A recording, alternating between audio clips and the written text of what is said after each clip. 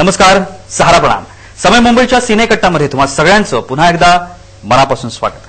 मंडळी, विनोदी चित्रपटांची लाट ही मराठी चित्रपट सृष्टीसाठी नवीन नाही. अनेक काळ गेले, मात्र विनोदी चित्रपट निर्माण होतच गेले. किंबहुना मराठी चित्रपट सृष्टीची ती गरज होती असंही आपल्याला म्हणता येईल. विनोदी चित्रपटांनी 70 आणि 80च्या दशकामध्ये मराठी चित्रपटाचा जो काही भार होता हा सांभाळला असंही आपल्याला म्हणता येईल. आणि त्यानंतर ही जी काही शृंखला होती ती सातत्यानं सुरू राहिली. आजही विनोदी चित्रपट निर्माण होत आहेत. ज्या पद्धतीनं आशयघन चित्रपट आपल्याला पाहायला मिळत आहेत त्याच पद्धतीनं विनोदी चित्रपट देखील आपल्याला पाहायला मिळतात आणि तेवढ्याच ताकदीनं ते सादर देखील होत आहेत. 3 बायका फजिती ऐका नावाचा एक चित्रपट आता आपल्याला नुकताच प्रदर्शित होणार आहे संपूर्ण महाराष्ट्रामध्ये. आणि त्यानिमित्तानं आज आपल्या स्टुडिओमध्ये आहेत 3 बायका फजिती ऐकाचे दिग्दर्शक राजू पारसेकर. रात्र क्रीडा म्हणजे रात्री करायची अशी म्हणजे हनीमून घ्या. अरे देवा, माझं नशीब लिहिताना काय तुमचं बायकोशी भांडण झालं का काय? माझ्या खिशात असून पैका नित्याना वाला 3 बायका माझ्या कामाची एक तरी हाय का. आणि ज्या गाण्यानं संपूर्ण महाराष्ट्राला काही दिवसांपूर्वी वेळ लावलं होतं ते गाणं आता पडद्यावर आपल्याला पाहायला मिळणार आहे.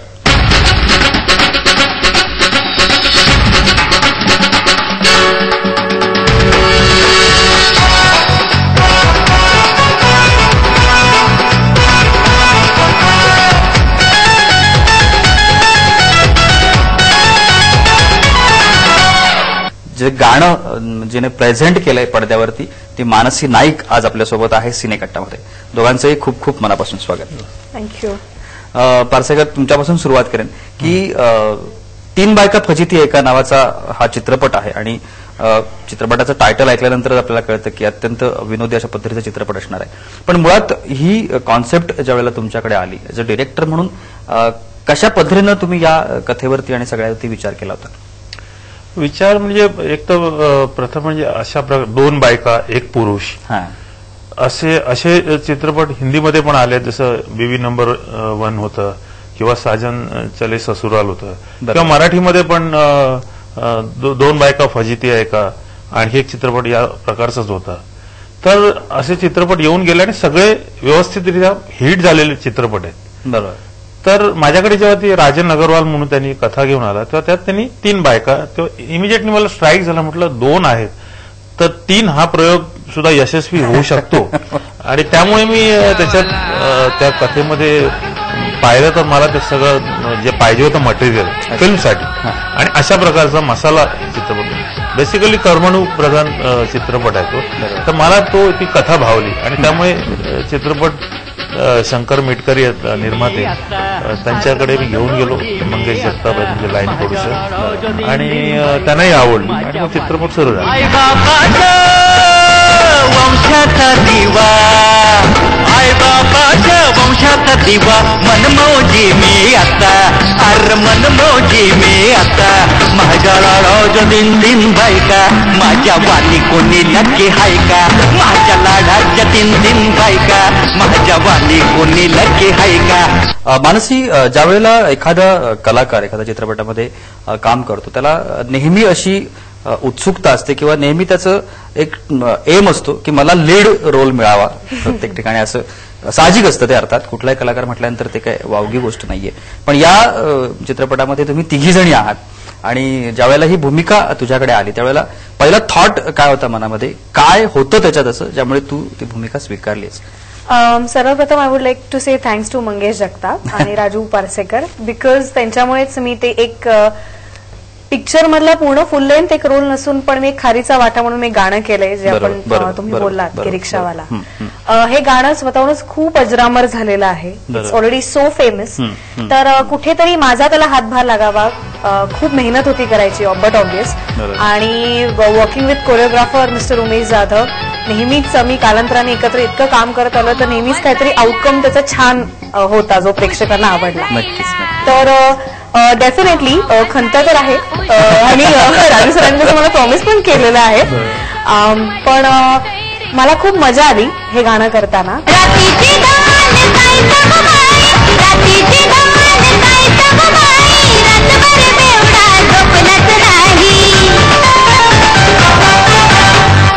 सकाळी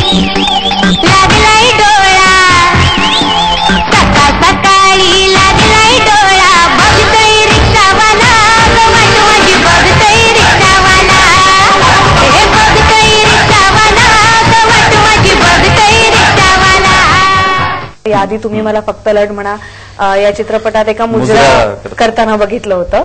तर थोडस असा जो हात होता तो जरा असा झालाय. रिक्षा चालवते मी. सो आय होप ते प्रेक्षकांना नक्कीच आवडेल. नक्कीच. राजू सर, ज्या वेळेला एखादा चित्रपट आपल्या समोर येतो एज अ डिरेक्टर म्हणून, आज आपल्याला माहिती आहे मराठी चित्रपट फार तसा वेगळ्या स्थितीतून चाललेला आहे. जशी एका बाजूला आपल्याला राष्ट्रीय पुरस्कार मिळत आहेत, त्याच वेळेला दुसऱ्या बाजूला प्रेक्षकांना भावणारे, प्रेक्षकांच्या मनाला हात घालतील अशा पद्धतीचे चित्रपट देखील निर्माण करण्याचा प्रयत्न होतोय. या चित्रपटाच्या निमित्तानं प्रेक्षक कसा अप्रोच करतील या चित्रपटाला, काय वाटतं? प्रथम म्हणजे हा चित्रपट करताना मी एकच डोक्यात ठेवलं की करमणूक करायची लोकांची, आणि जेवढा आनंद त्यांना जे तिकीट खरेदी करून चित्रपट बघायला येतील, जेवढा आनंद त्यांना मिळेल तेवढा आपण द्यायचा, हे एकच. आणि त्यामुळे सगळी कमर्शियल गणित याच्यात मांडलेली आहेत.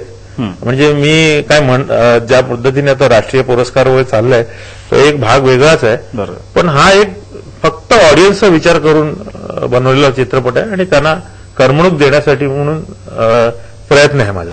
नक्कीच. मानसी, जसं आता आपण म्हटलं की रिक्षावाला सारखं एखादं आयटम सॉन्ग म्हणता येईल त्याला, ते चित्रपटामध्ये आजची एक काळाची गरज आहे असं म्हटलं तरी हरकत नाही, कारण प्रेक्षक त्याच्यामुळे बांधला जातो किंवा प्रेक्षकांना ते आवडतं, भावतं प्रेक्षकांना. आणि रिक्षावाल्यासारखं गाणं तर गेले अनेक दिवसांपासून आपण ऐकतोय, जे फक्त पिक्चरायझेशन त्याचं झालेलं नव्हतं, फक्त आपण त्याचे बोल ऐकत होतो. पण हे गाणं ज्या वेळेला तुला करायचं आहे, पडद्यावरती साकारायचं आहे असं ज्या वेळेला तुला कळलं, त्यावेळेला तुझी पहिली रिएक्शन काय होती?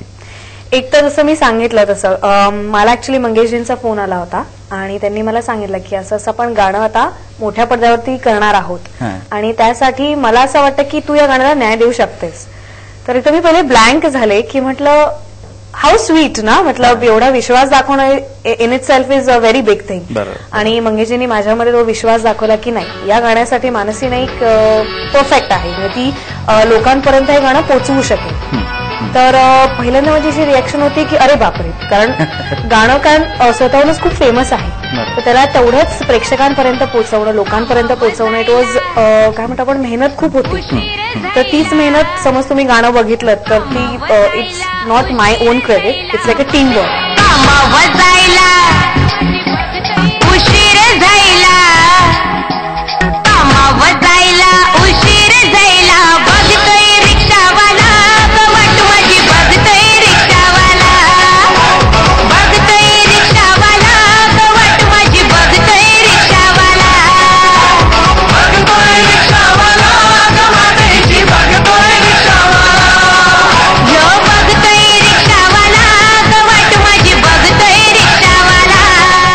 राजू सर, आता थोडंसं मला तुमच्या मागच्या आयुष्यामध्ये जायला आवडेल, कारण गोविंद निहलनसारख्या लोकांबरोबर तुम्ही कामं केलेली आहेत. हिंदीमधलं तुमचं काम फार मोठं आहे. पण या सगळ्याची सुरुवात कशी झाली होती? कारण राजू पारसेकर हे नाव आम्ही फार काळापासून ऐकतो आहोत, फार जुन्या काळापासून ऐकतो आहोत, पण त्याची सुरुवात कुठे झाली होती? कदाचित काही प्रेक्षकांना माहीत नसेल, ते ऐकायला आवडेल. बेसिकली मी एकतर गोविंद निहलानी बरोबर होतो आणि विजय तेंडुलकरांबरोबर होतो. तर माझे सगळं असिस्टंट म्हणून मी त्यांच्याकडे 6-7 वर्ष काम केलं. त्याच्यानंतर मी 1-2 हिंदी फिल्म पण केली. हस्तक नावाची फिल्म होती, म्हणजे NFDC प्रोडक्शन होतं. नंतर एक लाठीचार्ज नावाची फिल्म होती, मोहसिन खान, सुजाता मेहता, परेश रावल वगैरे होते. आणि त्याच्यानंतर सडनली मी टेलिव्हिजनकडे वळलो आणि ती हमसब एक नावाची सिरियल सोनीवर कॉमेडी फार तुफान गाजली ती 3 वर्ष. त्याच्यानंतर एक स्कॅम जसा लागला कॉमेडीचा, तो जवळजवळ मी 1000 एपिसोड टेलिव्हिजनवर हिंदी कॉमेडी सिरियल्स, म्हणजे शेखर सोहन पासून ते फारुख शेख पासून सगळ्यांपुढे कॉमेडी सिरियल्स केल्या. आणि मग नंतर कॉमेडी मला करायला आवडते, डिरेक्ट करायला आवडते आणि अजूनही मी करतो आणि मला त्यात मजा येतो. मानसी, पुणेकर आहेस मुळात आणि तुझी सुरुवात तिथून सगळी झालेली आहे. मात्र बऱ्याच वेळेला असं असतं ना की एम काहीतरी वेगळं असतं, बनायचं काहीतरी वेगळं असतं आणि आलो कुठेतरी असं काहीतरी होतं. माझ्या बाबतीत अगदी तसंच आहे, अगदी तसं आहे. माझे बाबा सायंटिस्ट आहेत actually. He works in NCL, organic chemistry त्यांनी केलेलं आहे. त्यांची अशी इच्छा होती, रादर माझ्या आईची पण अशी इच्छा होती की मी डॉक्टर व्हावं. पण डॉक्टर म्हणजे माझ्यावर त्यांनी सोडलं होतं की तू जे करिअर तू निवडशील तेच पुढे जायचं. Basically I was science student, फर्ग्युसनची स्टुडंट आहे मी. आणि जसं चुकून जसं आपण रस्ता बदलतो तसं आय थिंक माझ्या लाईफमध्ये पण असंच झालेलं आहे. कारण ऍक्ट्रेस व्हायचं किंवा आपल्याला कॅमेरा फेसिंग करावा लागेल किंवा डायलॉग्स बोलावे लागतील असं मी कधीच विचार केला नव्हता. डेफिनेटली येस, मी डान्स पहिल्यापासूनच करते, अगदी लहानपणापासून. आणि मी फक्त शोज करायचे on a very small basis.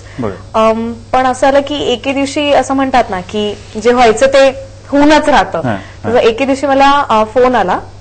Actually माझे दोन्ही मोठे प्रोजेक्ट्स म्हणजे जबरदस्त महेश कोठार यांचा आणि आपले सिद्धिविनायक चित्र यांची सिरियल 4 दिवस, या दोन्ही प्रोजेक्टचे फोन कॉल्स मला एकाच दिवशी आलेले. हे तुम्हाला खोटं वाटेल पण दिस इज अ ट्रूथ. फक्त शूटिंग जबरदस्त आधी सुरू झालं आणि फर्स्ट शेड्यूल संपल्यानंतर आय स्टार्टेड विथ 4 दिवस. आणि मी जाम खुश आहे की मी या क्षेत्रात आहे, कारण मला हवं ते करायला मिळतं. आणि एकतर मला आरशासमोर उभं राहून डान्स करायचा किंवा हे अशी लहानपणापासून खूप ही माझी सवय होती, त्याच्यामुळे मी आईचा पण खूप मार खाल्लेला आहे.